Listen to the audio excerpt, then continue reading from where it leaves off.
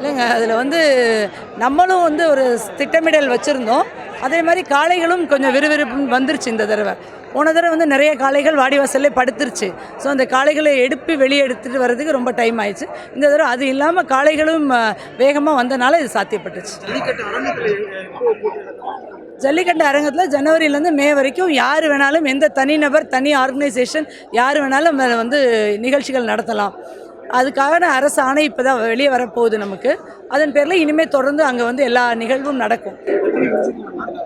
இன்றைக்கி 52 பேர் இன்ஜுரி, 15 பேருக்கு மேஜர் இன்ஜுரி, மிச்சம் எல்லாருக்கும் மைனர் இன்ஜுரி. மேஜர் இன்ஜுரியில் இருக்கிறவங்களும் அவுட் ஆஃப் டேஞ்சர், ஸ்டேபிளாக இருக்கிறாங்க. மேடம், இந்த 3 ஜல்லிக்கட்டும் அந்த ஸ்டேடியத்தில் நடத்த வர வாய்ப்புகள் அரசு தரப்பு இல்லை, இது வந்து பாரம்பரியமான அவங்கவுங்க ஊருக்குன்னு உள்ள பாரம்பரியம், அதை நம்ம மாற்ற முடியாது. ஸோ அந்த மக்களுடைய சென்டிமெண்ட்டோடு இணைந்தது. அதனால் இது வழக்கம் போல் எப்போவுமே இங்கே தான் நடக்கும். அதுபோக எத்தனை ஜல்லிக்கட்டு வேணாலும் நம்ம வந்து கலைஞர் நூற்றாண்டு ஏறுதழுவுதல் அரங்கத்தில் பண்ண முடியும். நேற்று வந்து உள்ளூர் மாடுகளுக்கு முன்னுரிமை அளிக்கணும்னு சொல்லி போராட்டம் தான். அடுத்த வர ஜல்லிக்கட்டில் அந்த மாதிரியான எதுக்காக நடவடிக்கை எடுத்துக்கணும்?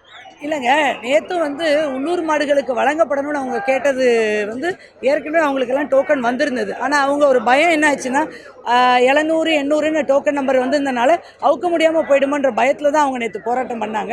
அப்படி இல்லாமல் இன்றைக்கி 1000 காளைகள் அவுத்து எல்லாரோட காளைகளும் அவுத்து விட்டுட்டோம்.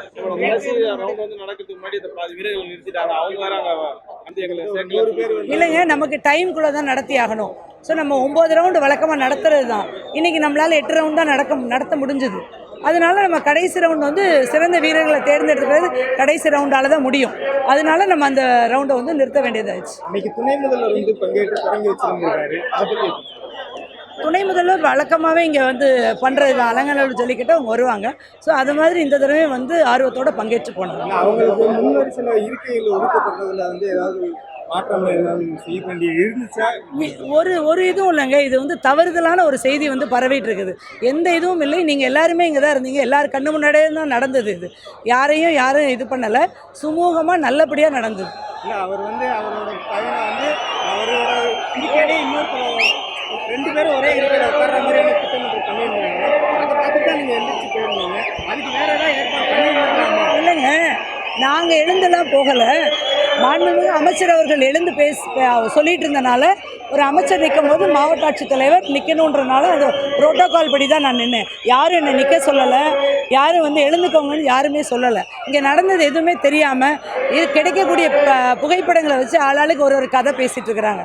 அதுக்கெல்லாம் நம்ம பதில் சொல்லிட்டு இருக்க முடியாது.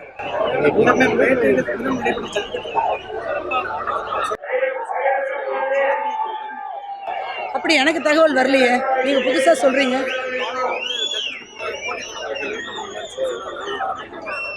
எந்த ஒரு தரப்புக்கு ஆதரவா அப்படி ஒன்றும் இல்லையே.